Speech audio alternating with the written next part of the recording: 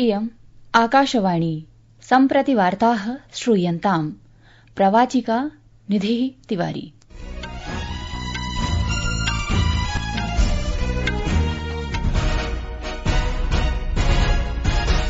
आदौ मुख्यवार्ताः।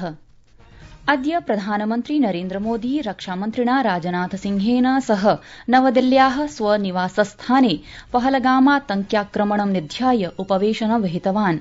जम्मूकश्मीर विधानसभया अद्य सद्य एव पहलगामे दुरापादितस्य आतङ्क्याक्रमणस्य दृढतया निन्दां कुर्वत्या एकः प्रस्तावः पारितः। 26 संख्यकानां राफेल इत्येतेषां योद्धृविमानानां क्रयणार्थं फ्रांसदेशेन सह रक्षासन्धिपत्रं भारतेन हस्ताक्षरितम्। भारतेन पहलगामातङ्क्याक्रमणस्य पृष्ठभूमौ भारतस्य विरुद्धं दुष्प्रचारस्य प्रसारणेन 16 पाकिस्ताने विकसिताः यूट्यूब वाहिन्यः प्रतिबन्धिताः। आतङ्क्याक्रमणस्य विषये बीबीसी इत्येतस्य वार्तायाः विषये अपि प्रशासनेन आक्षेपः उत्थापितः। अपि च आईपीएल इत्येतस्यां 20-20 क्रिकेट मालिकायाम् अद्य जयपुरे राजस्थान रॉयल्स दलं गुजरात टाइटन्स दलेन सह क्रीडिष्यति। अथ वार्ताः विस्तरेण। राष्ट्रपति पदासीना द्रौपदी मुर्मुः अद्य राष्ट्रपति भवने प्रथमे नागरिकालंकरण समारोहे पद्मपुरस्कारान् प्रददाति। गणतन्त्र दिवसस्य अस्मिन् वर्षे पूर्वसन्ध्यायां प्रशासनेन 39,100 संख्यकाः पद्मपुरस्काराः समुद्घोषिताः। येषु 7 पद्मविभूषणानि, 19 पद्मभूषणानि, 13,100 पद्मश्री सम्मानानि सम्मिलितानि सन्तीति। अद्य प्रधानमन्त्री नरेन्द्र मोदी रक्षामन्त्रिणा राजनाथसिंहेन सह नवदिल्ल्याः स्वनिवासस्थाने उपवेशनं विहितवान्। प्रायशः 40 निमेषपर्यन्तं यावत् प्रचलितेऽस्मिन् उपवेशने पहलगामातङ्क्याक्रमणम् आलक्ष्य कार्याचरणेषु चर्चा जाता। ह्यः रक्षाप्रमुखेण जनरल अनिल चौहानेन श्रीसिंहेन सह मेलनम् अकरोत्। जम्मूकश्मीर विधानसभया अद्य सद्य एव पहलगामे दुरापादितस्य आतङ्क्याक्रमणस्य दृढतया निन्दां कुर्वत्या एकः प्रस्तावः पारितः। प्रस्तावेतस्मिन् आक्रमणं जघन्यं, बर्बरम्, अमानवीयं चेति उक्तम्। होरात्रयं यावत् दीर्घकालिक विमर्शानन्तरं सदनेन सर्वसम्मत्या एषः प्रस्तावः स्वीकृतः। प्रस्तावे उक्तं यत् एतादृशम् आतङ्क्याक्रमणं कश्मीरलोकाचारस्य, संविधानस्य मूल्यानां एकतायाः, शान्तेः, सौहार्दस्य च भावनायां प्रत्यक्षतया आक्रमणं करोतीति। गतसप्ताहे घटनायां मृतान् जनान् प्रति श्रद्धाञ्जलिम् अर्पयितुं सदस्यैः 2 निमेषात्मकं मौनधारणं कृतम्। समारब्धायाः विधानसभायाः विशिष्टे सत्रे उपमुख्यमन्त्रिणा सुरेन्द्र चौधरिणा एषः प्रस्तावः प्रस्तावितः। उपमुख्यमन्त्री उक्तवान् यत् अप्रैल 22 दिनाङ्के पहलगामे निर्दोष नागरिकाणाम् उपरि कृतस्य बर्बरा अमानवीय आक्रमणस्य विषये सदनेन गहनाघातः, पीडाः च प्रकटिताः। प्रस्तावम् उद्धृत्य श्रीचौधरी अवदत् यत् एतादृशानि आतङ्क्याक्रमणानि कश्मीरलोकाचारेषु, अस्माकं संविधाने निहितेषु मूल्येषु, एकतायां, शान्तौ, सौहार्दपूर्णे भावनायां च प्रत्यक्षाक्रमणमस्ति। यद्धि चिरकालादेव जम्मूकश्मीरस्य अस्माकं राष्ट्राय च वैशिष्ट्यं वर्तते। विधानसभया घटनायाः एकदिनानन्तरं सुरक्षासम्बद्ध मन्त्रिमण्डल समितेः उपवेशनानन्तरं केन्द्रेण घोषितानां कूटनीतिकोपायानां समर्थनमपि प्रकटितम्।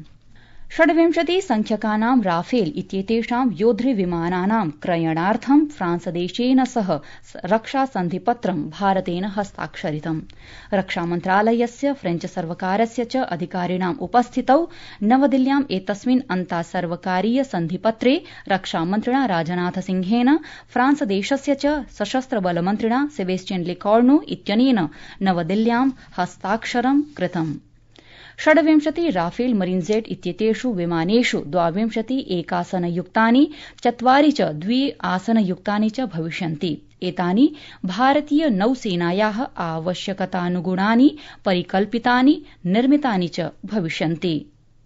राफेल मरीन जेट्स इत्येतस्य समावेशनेन नौसेनायाः शक्तिः बहुगुणिता वर्धिता तथा च एतानि योद्धृ विमानानि आईएनएस विक्रमादित्य आईएनएस विक्रांत इत्यादिषु विमानवाहकेषु नियोजितानि भविष्यन्ति। राफेल इति विमानम् उन्नतशस्त्रव्यवस्थया क्षिपण्या च सुसज्जितं भविष्यति। प्रियाः श्रोतारः, संस्कृतवार्तायाः संस्करणमिदम् इदानीम् आकाशवाणीतः प्रसार्यते। सममेव अयं कार्यक्रमः आकाशवाण्याः अन्तर्जालपटले www.newsonair.gov.in इत्यत्र अथ च न्यूज़ ऑन एआईआर इति चलदूरभाषीय तन्त्रांशे अपि समुपलब्धो भविष्यति। साम्प्रतिके एव समये पहलगामातङ्क्याक्रमणस्य पृष्ठभूमौ भारतस्य विरुद्धं दुष्प्रचारस्य प्रसारणेन डॉन न्यूज, समा टीवी, आर्य न्यूज, जियो न्यूज इत्यादयः पाकिस्ताने विकसिताः 16 यूट्यूब वाहिन्यः भारतेन प्रतिबन्धिताः।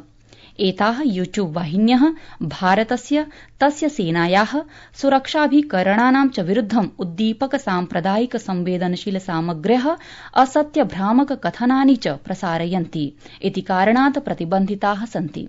प्रतिबन्धितेषु वाहिनीषु 63 अधिकाः दर्शकाः सन्ति। पहलगामातङ्क्याक्रमणस्य विषये बीबीसी इत्येतस्य वार्तायाः विषये अपि प्रशासनेन आक्षेपः उत्थापितः तथा च भारतस्य बीबीसी प्रमुखाय देशस्य प्रबलभावनाः अपि सूचिताः। विदेशमन्त्रालयः बीबीसी इत्येतस्य वार्तालापस्य अपि निरीक्षणं करिष्यति। प्राकृतिकेन्धन मन्त्री हरदीप सिंह पुरी तथा च दिल्ल्याः मुख्यमन्त्री रेखा गुप्ता इत्येषा अद्य नवदिल्ल्याः त्यागराज प्राङ्गणे आयुष्मान् भारत प्रधानमन्त्री वयवन्दना योजनां शुभारम्भितवन्तौ। उभाभ्यां लाभार्थिभ्यः वयवन्दना प्रपत्राणि अपि वितरितानि। कार्यक्रमं सम्बोधयन् श्री पुरी निगदितवान् यत् राशिरहित सुविधा अस्याः उद्घाटितायाः योजनायाः सकारात्मिकी विशिष्टता वर्तते, या हि अन्यासु कास्वपि स्वास्थ्य योजनासु उपलब्धा नैव विद्यते। मोदी जी के गाइडेंस और मार्गदर्शन में भारत 2047 तक विकसित देश नहीं बनेगा, पर Delhi will also be a विकसित Delhi and a model for other capital cities in the world. मुझे तो बहुत गर्व होता है क्योंकि मेरी पैदाश दिल्ली में हुई। सही माने में कोई शहर है जिसमें कल्चर, हिस्ट्री और जो मॉडर्न फैसिलिटीज आप देखिए, रीबिल्डिंग क्या हो रही है, नया parliament, central Vista, Bharata Mandapam, tourism, और मुझे बहुत खुशी है कि आपकी और आपकी टीम का ये सौभाग्य है कि आप इसको और आगे बढ़ाएंगे। अत्रावसरे प्रवदन्ती दिल्ल्याः मुख्यमन्त्री रेखा गुप्ता प्रत्यपादयत् यत् दिल्ली प्रशासनम् अनया योजनया राष्ट्रिय राजधान्याः वरिष्ठ नागरिकान् सम्मानयति।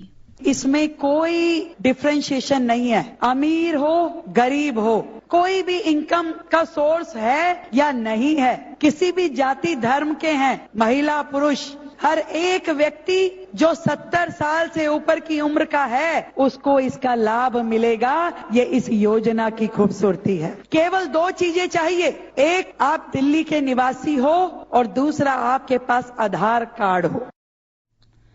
मुम्बई आतंकीयाक्रमणस्य प्रमुखः योजनाकर्ता तहव्वुर हुसैन राणा इत्येषः अमेरिकादेशात् प्रत्यर्पितः आसीत्। सः अद्य राष्ट्रियान्वेषणाभिकरणस्य न्यायालये उपस्थापितः।